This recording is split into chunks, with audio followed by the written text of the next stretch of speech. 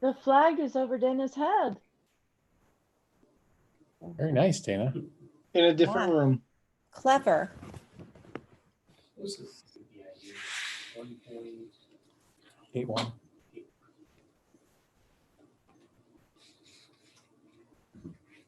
Okay, we're live.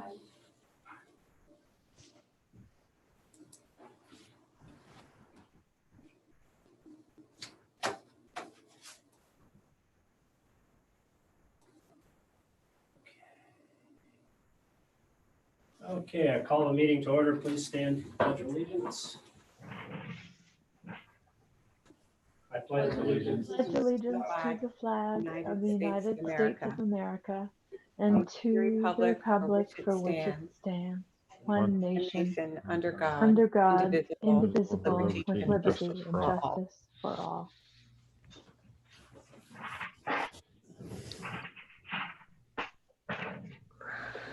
Good evening, everyone. Hello, Rick. Hey, Rick. Get the sweaters back out, put the short sleeve shirts back away. I'm freezing. All right, first order of business is the consent agenda.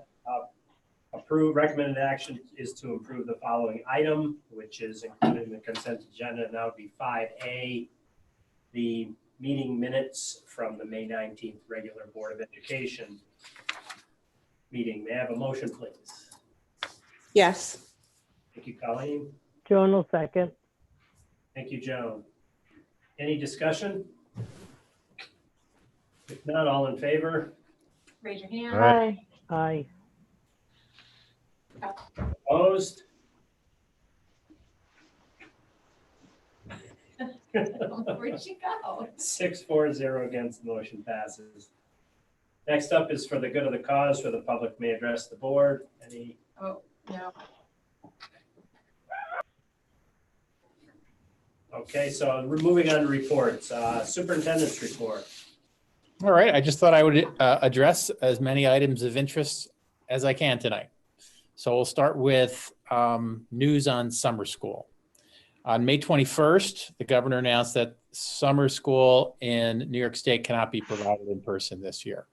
So any summer learning opportunities we offer have to be carried out through remote instruction, as we've been doing the last 3 months. Now that involves both general ed summer school as well as special education summer school, referred to as the extended school year. Our extended school year teachers will continue to connect daily with students, but our general ed summer instruction is going to be greatly scaled down, and we'll focus there on online access to credit recovery programs, and we'll oversee that for students. That being said, even the extended school year program will also be greatly scaled back, and the reason for that is that many families have already declined continuing with school through remote instruction for the summer. So they've made that decision on their own. We, of course, always respect our families' wishes, but we are prepared to serve as many students as need ESY and who wish to participate. With that, there are going to be many of our students who will not be participating in summer school who traditionally have done so. I guess given that, I mean, I do hope that our students, get out and enjoy the outdoors this summer. It's been a long spring, but of course, I regret that with this, without this type of summer instruction, some of our students may fall behind academically, and that's just something to note for the future. Now, I remind people that the library is offering curbside service. The bookstore is reopening in phase 2, and there's lots of ways to access reading materials, free and otherwise. So I would encourage all of our students, all of our families, and all of us to stack up some good books this summer and read. It's still the best education we have for the most part. So that's where we stand on summer school.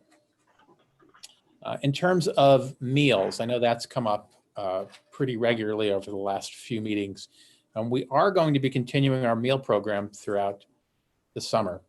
And this was, again, part of Governor Cuomo's, one of the statements that he's made. It hasn't come out in writing yet.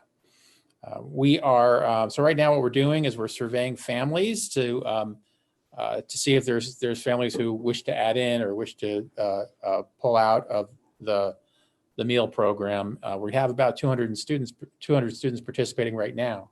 So it's possible we'll continue with that 200, or it may be less or more depending on how they respond to that survey. Sue Rossi, our cook at the middle and high school, will continue to prepare lunches and breakfasts for our students. Our drivers will take charge of delivery. Right now it's a combination of drivers and other employees who are participating, but for the summer, our drivers will handle all the driving and the delivery portion. And the meal program is going to continue at least through the middle of August. We'll of course await further information coming out of Albany on that. I want to just add many thanks to Sue Rossi, but also to Dana Wood and to our principals for their organization of this really important effort. Thanks very much. Third topic, the election. So you might recall that we sent out absentee ballots after the last meeting when the board approved the budget. Karen has had direct oversight over this process, and she is doing an absolutely spectacular job. Thank you very much, Karen. So we are receiving ballots daily, sometimes in large numbers and sometimes not, depending on the day. But just for comparison's sake, I'll fill you in on where we stand. Karen has all the precise numbers, but in general, last year, approximately 300, actually it was exactly 304 people voted on our budget. Who voted in the budget election last year. So far this year, we've received almost 700 absentee ballots. So over twice the participation to date, and we have a week. That is great. It certainly means a lot more people are participating in the vote, that's for sure. So just as a reminder, completed ballots are due. They should be mailed by the end of this week, or if they have to be handed in person, the deadline for that is 5 o'clock next Tuesday, a week from today. Again, thank you to Karen for overseeing this effort. It has only just begun, because once the ballots are received and organized and the deadline hits, now they have to be counted. And so Karen will be overseeing that portion of the effort as well, with a few helpers. And I know they're going to be working really hard from 5 o'clock on next Tuesday. Next Wednesday, the board will be asked to approve the outcome of that election. That's where we stand on the election. In terms of employees, right? Well, so these past few months, most of our employees in the school district have been working from home. That includes teachers, of course, teaching assistants, and support staff. Now, the board tonight is going to vote on a calendar which will formalize the last day of school. And if you approve that calendar, the last day of school will be Friday the 12th.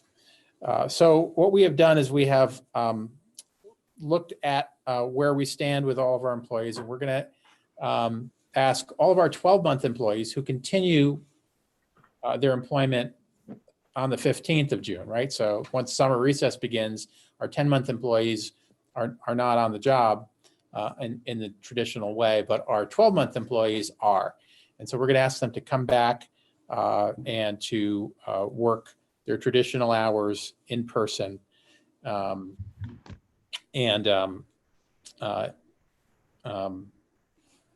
to do so in a way that still emphasizes the kind of safety and prevention measures that we now expect. So many people are very happy. It's been tough to pull people away from their daily experience and to ask them to kind of come in awkward or unusual times, only on call, or to be waiting and not knowing whether or not they're going to be needed. That's really been sort of the experience of our 12-month employees these last few months. And so I know many are happy to be getting back, into the routine, the normal routine of work.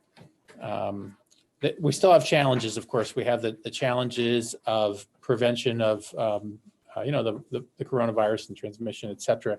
And we'll, of course, be beefing up all of our prevention measures for that.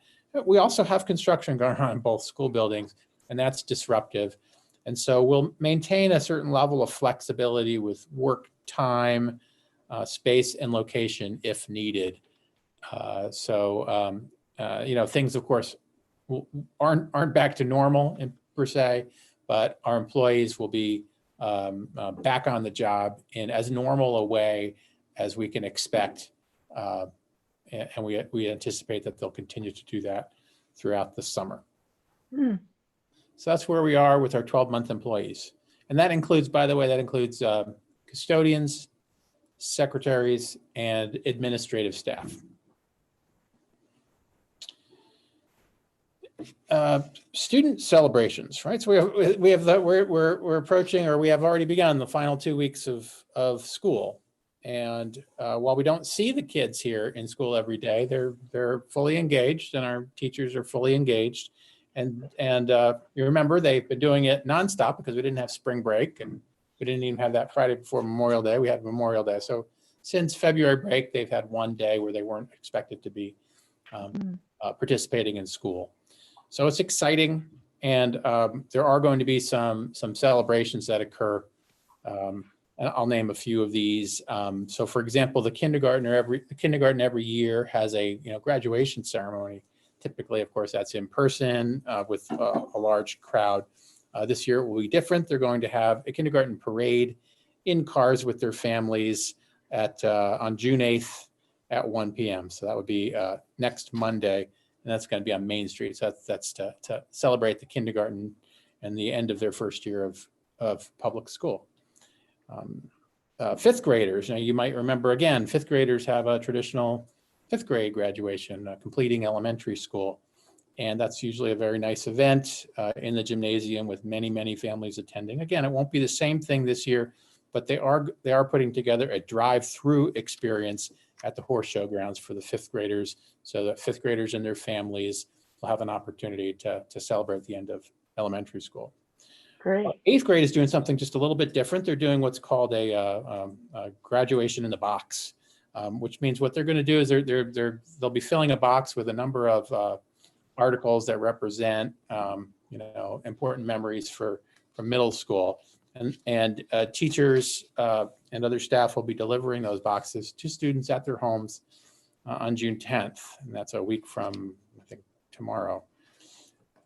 And then that will be followed by a ceremony, an online ceremony at 6:30 that night via Zoom, sort of like this, only with a lot more people. So congratulations to our kindergarten, our fifth grade, and our eighth grade as they celebrate the end of important milestones along their school careers. But seniors, of course, will be graduating high school, and that's a really big deal, and we will be celebrating their graduation. You may have seen hanging from the lampposts in Lake Placid and Wilmington, and I haven't been to Wilmington since they hung the banners, but banners for each student are hung from the lampposts. So if you get downtown, look up, and you will see our seniors. Later this week, there'll be a day dedicated to celebrating seniors by putting lawn signs on their lawns and handing out caps and gowns at their houses. So instead of kids coming to school for that, teachers and other staff members will be going out into town and delivering caps, gowns, and lawn signs. That's June 4th, starting at 8 a.m. and probably lasting all day. That's my guess. Then there'll be a senior parade, and this is a parade of cars. That's scheduled for Friday, June 12th at 2 p.m. Typically, we have a couple of other events for seniors, and we won't be able to have those in person this year.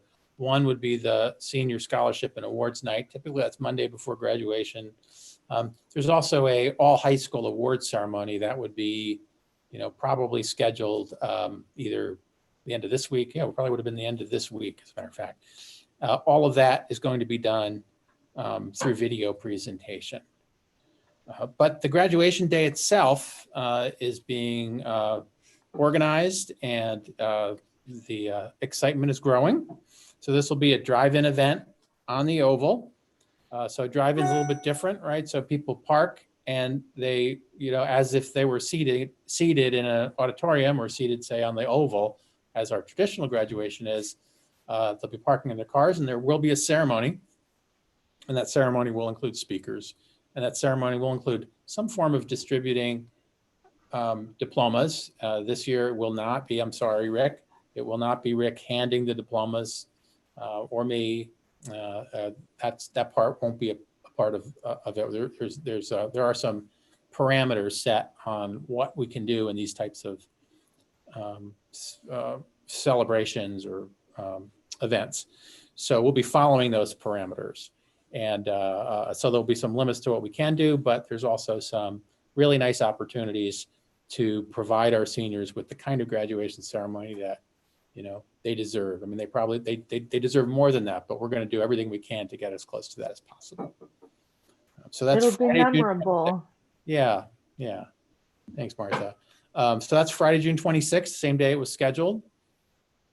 And it's at 7:30. And the only reason for it's a little bit later than typical, usually we schedule everything at 7, tradition, right? 7:30, because there will be a slideshow, there'll be a screen, and we just thought it would be a little bit darker if we started a little bit later. So that is scheduled for, that's 3.5 weeks from now. And then finally, I'll mention reopening, although I don't have any news on that. I'm here to tell you. All right. We continue to consider all of our needs for reopening. We're certainly paying attention to it on a daily basis.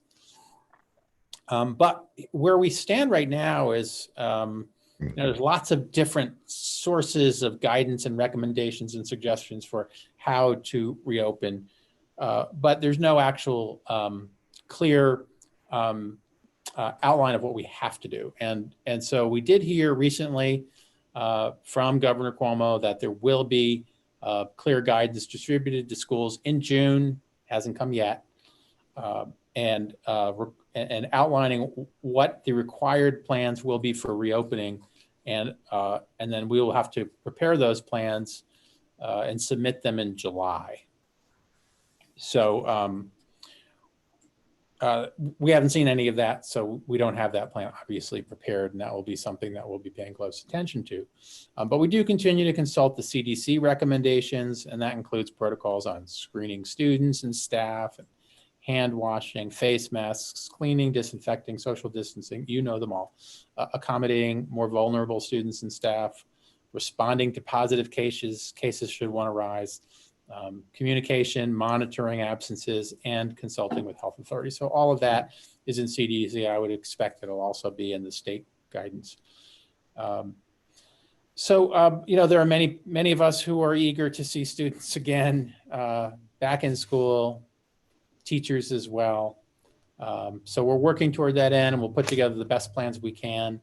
And, we'll cross our fingers that, that the situation will allow for that. And that's really been, I think, underlying everything we do on a daily basis, sort of the main focus and concern is how we're going to make that happen. And so, like I said, we don't have any clear answers, but we are working on that every day. So that's everything I have tonight. I'm happy to answer any questions, or feel free to make any comments. Roger, I would just like to say, with all of these various graduations that are taking place from kindergarten right up through grade 12, that I really feel that the faculty and administration should be commended for their creativity and coming up with all of these different ways to make these students feel special in this bizarre time that we've been living in. And so just thank you to all of you that have been working. through this. Yeah, there are a lot of creative people out there that have been putting this together, and I will take no credit for the creativity part, by the way, but many, many are. Thank you. Absolutely, absolutely. Martha, you had your hand up? Yes, regarding the summertime when the bus drivers are delivering the food, Yes. that's a new responsibility for them and no more responsibility for somebody else. And I just wondered, how does that impact the time of the driving? Does that make it longer for them? So what we'll be doing is we'll have 6 drivers every twice a week. So we'll be doing the deliveries Tuesday. It's a little bit less than we are right now. We're doing Monday, Wednesday, Friday now. We'll do Tuesday, Thursday over the summer. We'll still plan and prepare the same number of meals. They'll just be delivered in larger quantities. So there'll be 6 drivers. There won't be 6 trips. Am I right about this, Dana? You know the numbers of routes? There's 3 routes. So there'll be 2 routes. drivers per route. So one will be driving, one will be handing out the meals. Oh, that makes such sense. Great. Yep. That's how we initially started the meal delivery back in March. We had all the drivers doing it, and then we separated it out just in case something was to happen. Not all of our drivers would be quarantined. So we started to stagger the drivers so that they weren't all together on delivery days. But we feel comfortable now going into the summer that will be okay, particularly with just 2 runs or 2 days. Thank you. I know I took us to the weeds, but I was curious.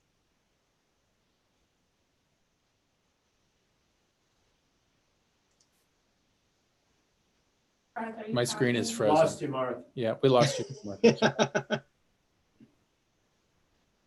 Can you? Yeah, we didn't. It was frozen, Martha. I couldn't hear what you said.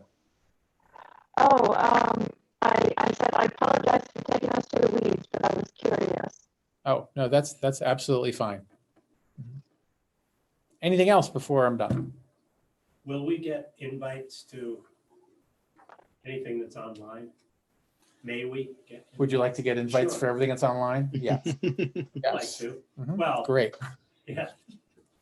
I think, We will let you all know those. great, thank you.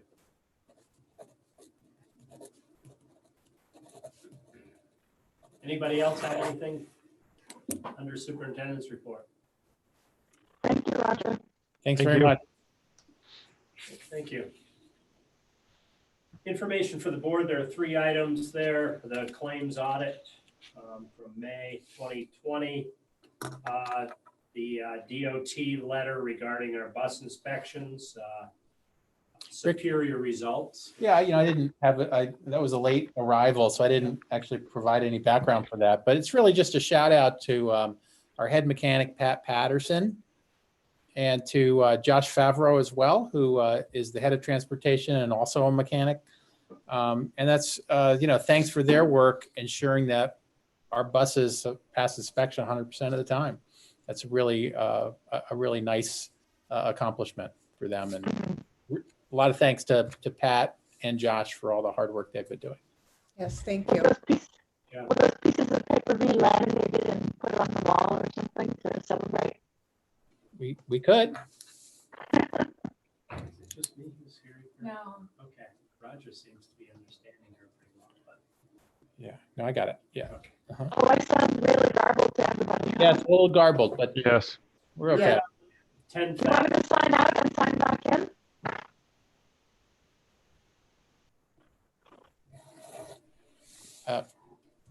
It's up. I guess it's up to you. I can understand you. I don't know. Okay. You want? Yeah, it's very garbled, at least on my end. Do you want I'll to try? sign out and come back. Okay, sounds good. We'll wait. We'll wait for you.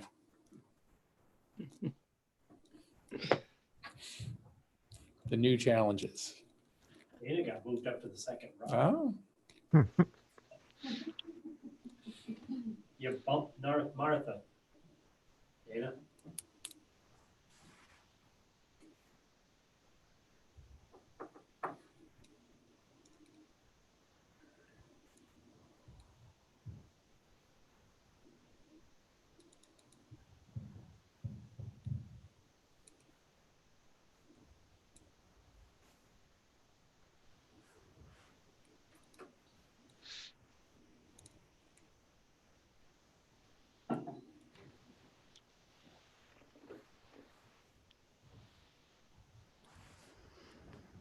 Oh,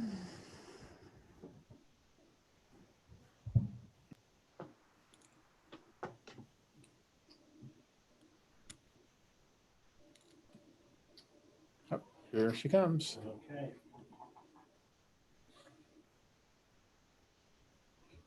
You're back, Martha.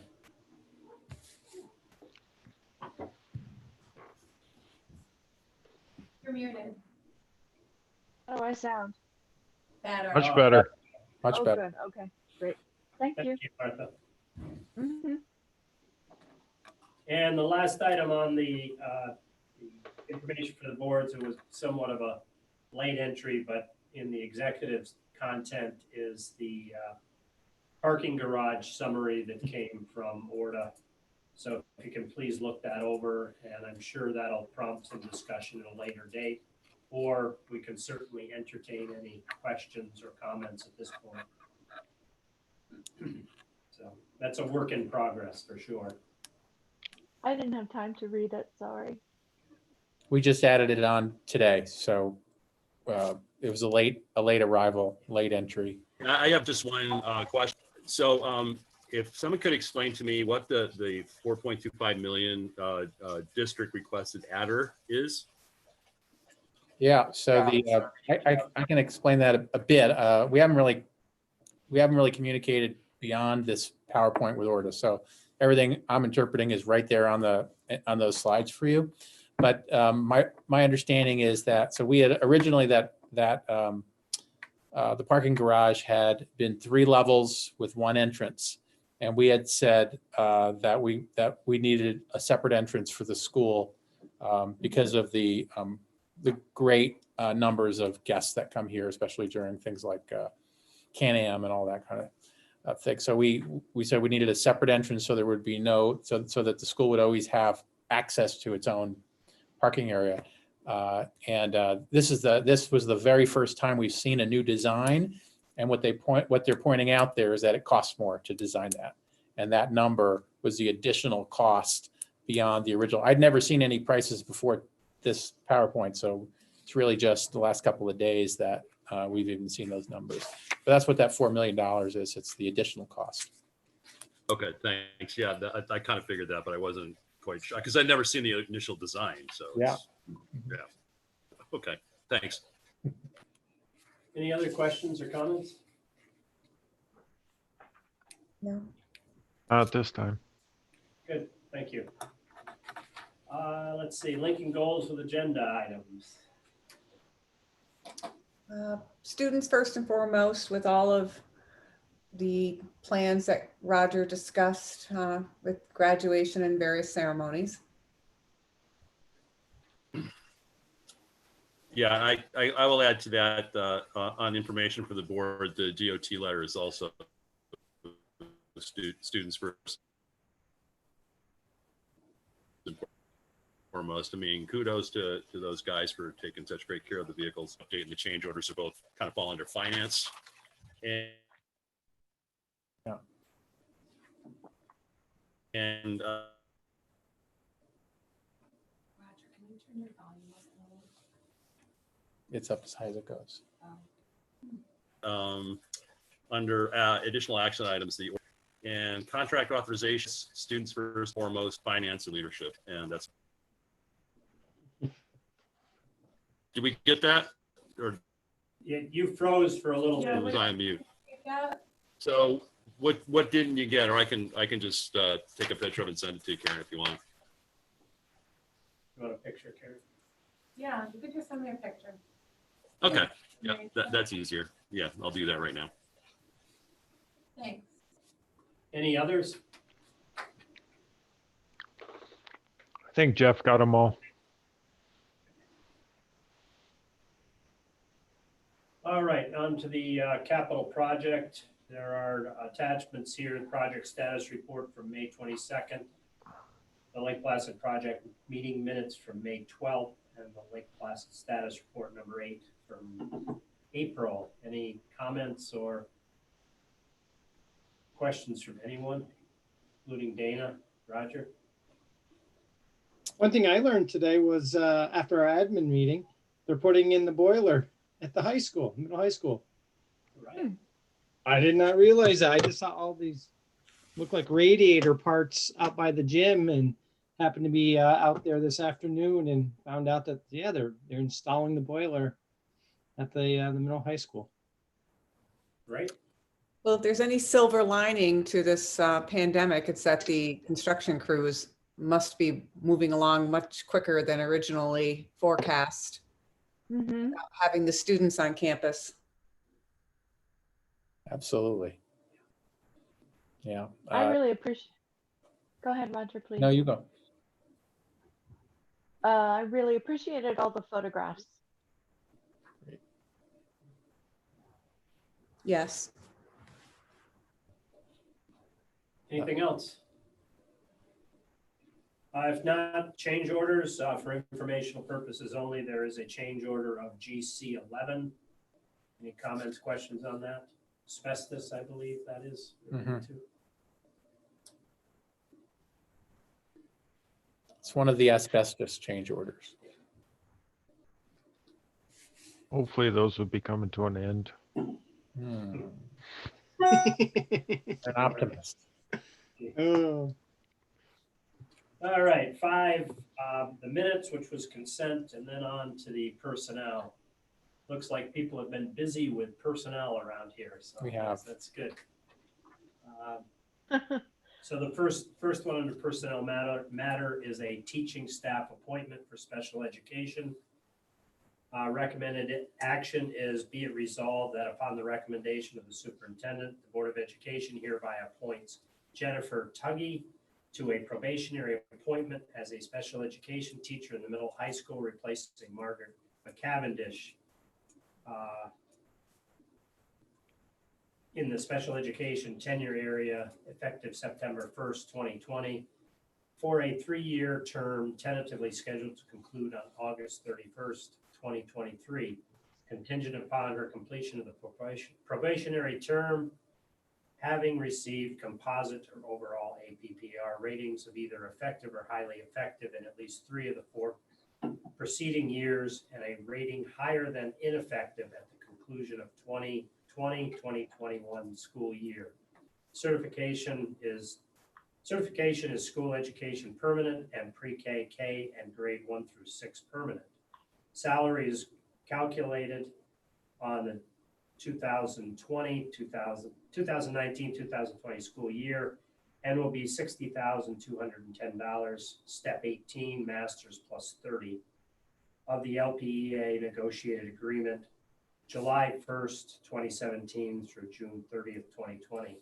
Upon ratification of the LPEA contract, June 1st, 2020 to June 30th, 2023, the salary will be recalculated in the new schedule. Wow. May I have a motion, please? Yes. I will make a motion. Is that Joan? Joan, yeah. And Colleen, you were second? Yes. Saw the yellow highlights. Any comments, questions? Ms. Tuggy's a veteran teacher. She's been at St. Regis Falls. She's also a known quantity. She did work here for 1 year as a maternity leave replacement back about 11 or 12 years ago. We're happy to have her back. No more questions or comments. Have a vote, please. All in favor, please raise your hand. All right. Aye. Any noes? If not, the vote is 6-4-0 against. The motion passes. Next is a teaching staff appointment, special education as well. Yes. Be it resolved that upon recommendation of the superintendent, the Board of Education hereby appoints Emily McConvey to a probationary appointment as special education teacher in the middle high school, replacing Susan Hickman Miller in the special education tenure area to begin upon completion of certification in the area of students with disabilities, grades 7 through 12. Generalist for a 4-year term, contingent upon her completion of the probationary term and having received composite or overall APPR ratings of either effective or highly effective in at least 3 of the 4 composite areas. You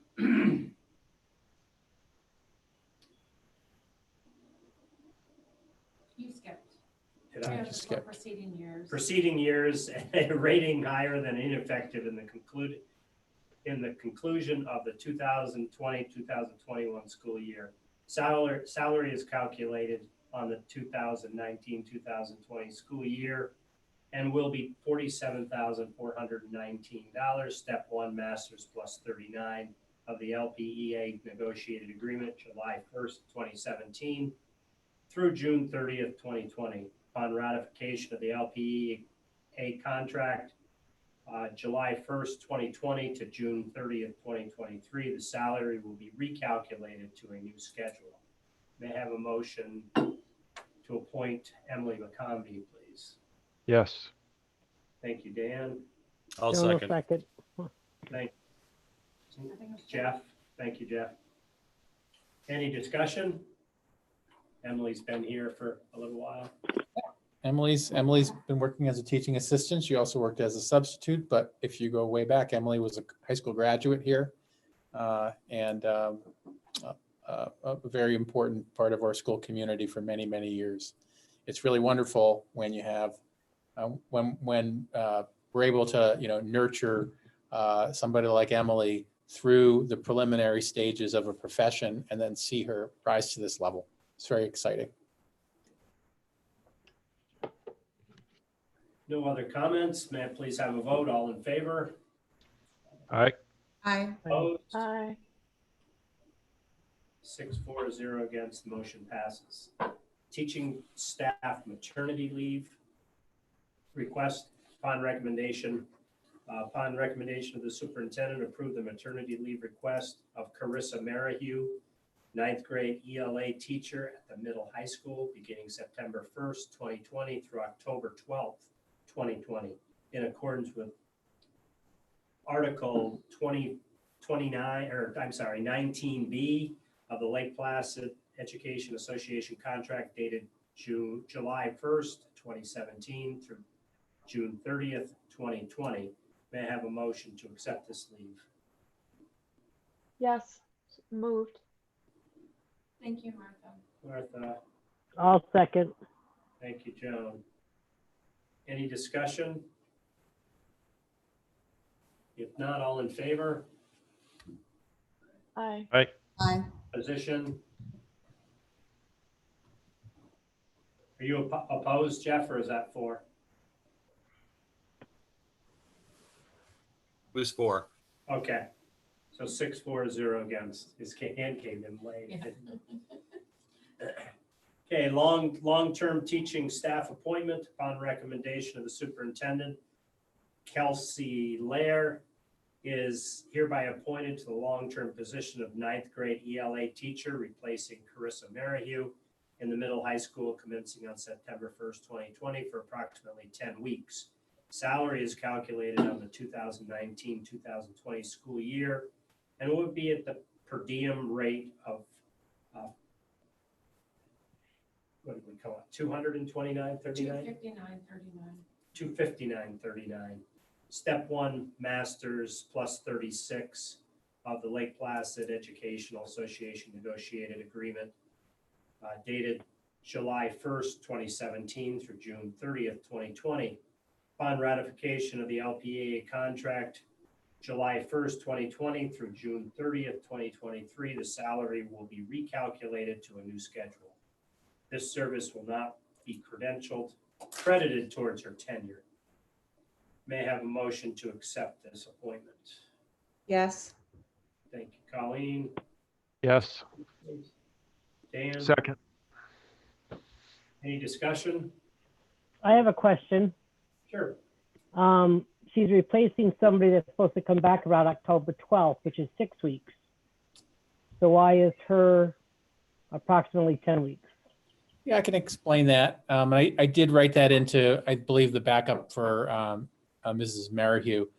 The timing is dependent on some of the issues surrounding this closure period.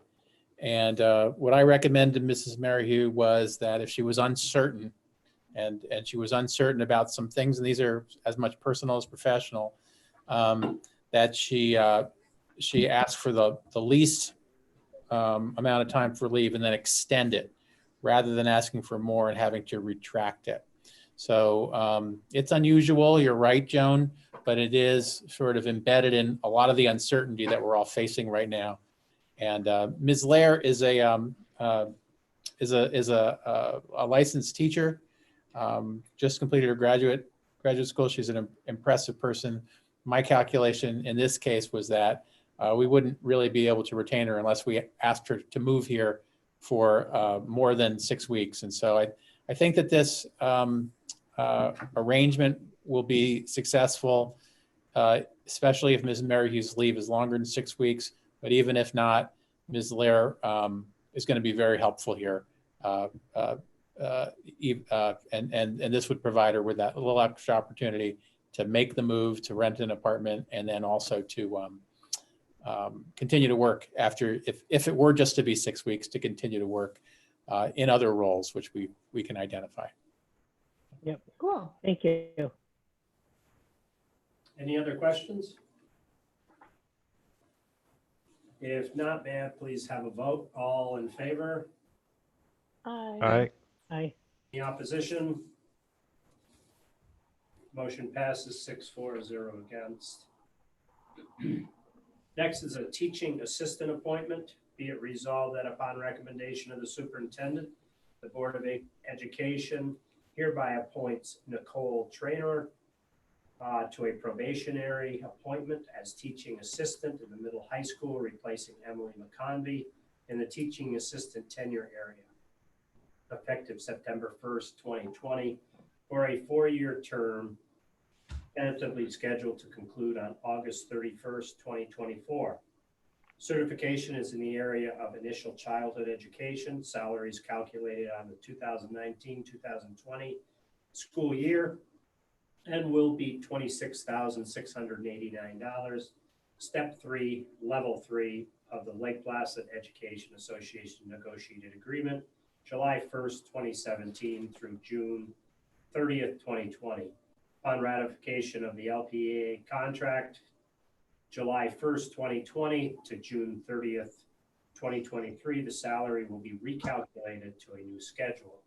May I have a motion to accept this appointment? Yes. Yeah. Thank you, Dan. Second, Colleen. Yes. Thank you. Any discussion? Ms. Traynor has been working here already. She's been filling long-term positions. So Yes. when Ms. McConvey's spot as a teaching assistant opened up with her appointment to special ed, this was a real natural fit. And we do have other teaching assistant positions open already and are in the process for interviewing for those. But this opening really allowed us to move Ms. Traynor, who has a teaching background, a teaching degree, a teaching license, and has done a nice job for us as a teaching assistant these past few months, into this spot. So it's really a nice fit. Anything else? If not, I'll call for a vote. All in favor? Aye. Aye. Opposed? That'll be 6-4-0 against. Motion passes. It's a non-teaching staff appointment. Upon recommendation of the superintendent, approve the appointment of Amanda Cash, replacing Elise Vigor as a 12-month typist at the middle high school guidance department for 1-year probationary appointment beginning July 1st, 2020 and ending on June 30th, 2021. Salary is calculated at the CSEA salary schedule for the 2019 through 2020 year and will be readjusted according to the pending CSEA contract for the 2020-2021 school year. As such, the salary step 1 based upon the 2019-2020 school year is $17.34 an hour. The salary will be recalculated with the new CSEA contract dated July 1st, 2020. May I have a motion for this non-teaching staff appointment? So moved. Thank you, Martha. Joan will second. Oh, yeah, sure. Any discussion? You want to introduce? Sure, I'll just add a piece. Mrs. Cash really impressed the interview committee. She has both the administrative skills for this position, but what she also brings is a background in the counseling field, and that was really important to our school counselors. So we're really happy to welcome her here. Great. Any discussions, comments? If not, I'll call for a vote. All in favor? Aye. Aye. Opposed? We're all going to miss Elisa Begor. She was wonderful all these years, and Yeah. I'm sure that Yeah. Amanda will be a lovely addition as well, but we wish the Begors well. All right, moving on to additional action items. First thing up is the ORTA agreement, use and occupancy of the James C. Sheffield 400-meter speed skating oval.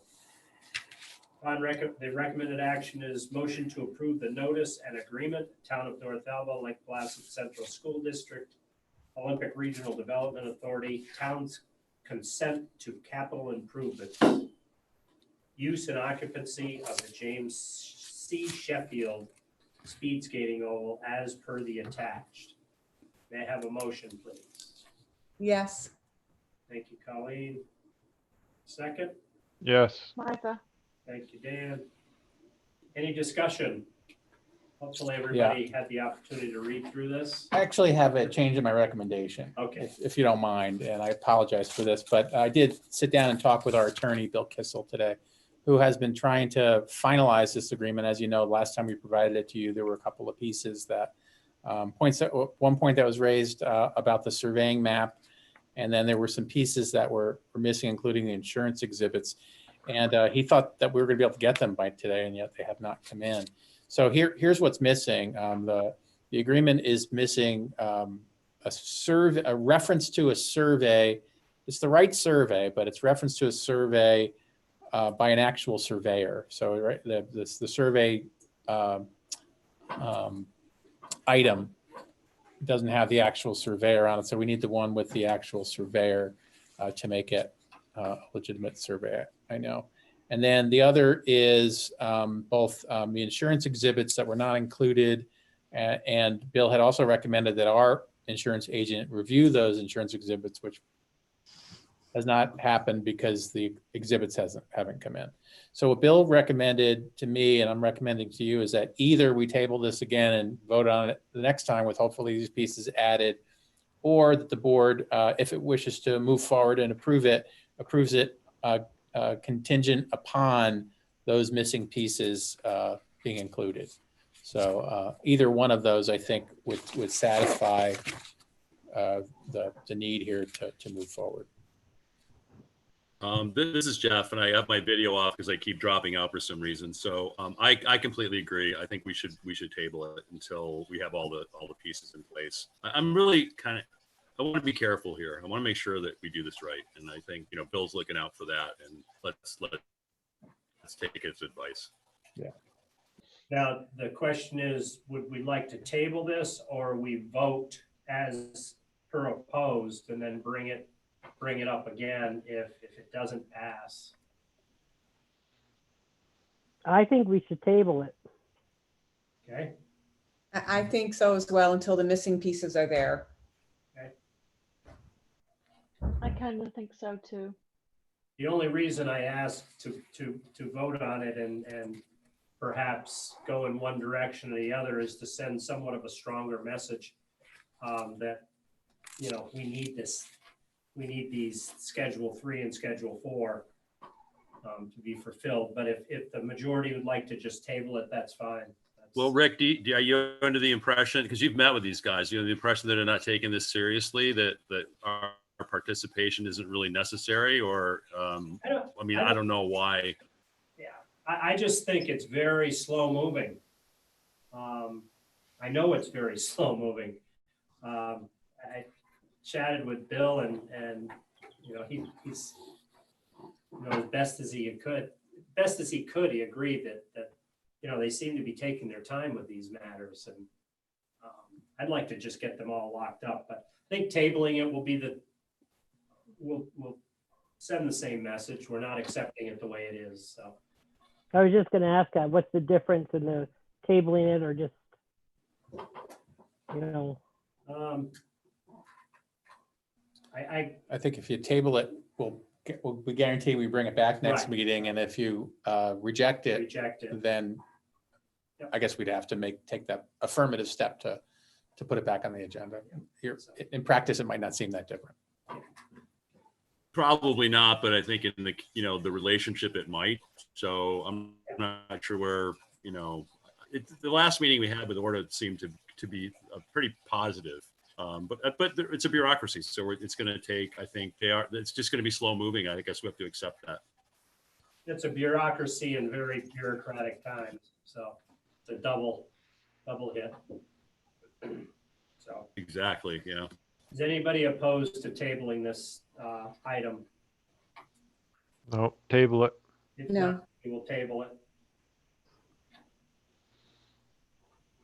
Thank you all. Next up is the 2019-2020 calendar approval.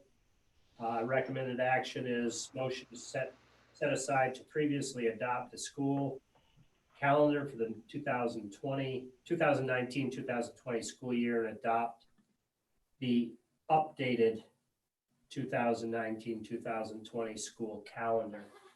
May I have a motion to adopt this updated calendar? Move. Yes. Martha. Martha, I saw her lips move. Any discussion on this? If not, may I have a vote, please? All in favor? Aye. aye. Anybody not approve? Motion passes 6-0. Contract authorization. Upon recommendation of the superintendent, that the Board of Education approve the financing of the contract. The financing of the contract between the superintendent and the Lake Placid Education Association, NYSUT, AFT, AFL-CIO. The attached memorandum of agreement represents the changes to the contract for the period of July 1st, 2020 through June 30th, 2023. May I have a motion to accept this motion? Yes. Jeff first, I'll second it. Joan second. Any discussion? Just thank you to all of those who worked on this. I know that Rick, you did, and Roger and Jeff and Liam, maybe. I don't really remember, but I was Dana was on this team, and Liam was on this. Actually, Dana was on both teams. Jeff was on both teams, and then Rick was on the LPEA negotiating team, and Liam on the CSEA negotiating team. So, but I agree with you. This is a real success. yeah, absolutely. Thank you, everybody for participating. Kudos. It's by far the easiest that I've been through, so of the three. All in favor for this? Aye. Aye. Aye. Opposed? Abstain. Dan will abstain. So it's 5-4-0 against one and one abstain.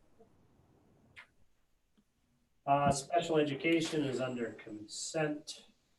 No, it's not. I'm sorry. It's informational only. There is the packet for the June 16th meeting. If there are any questions, please bring those forth. Any good of the cause, Karen? No. You ready for that phone call?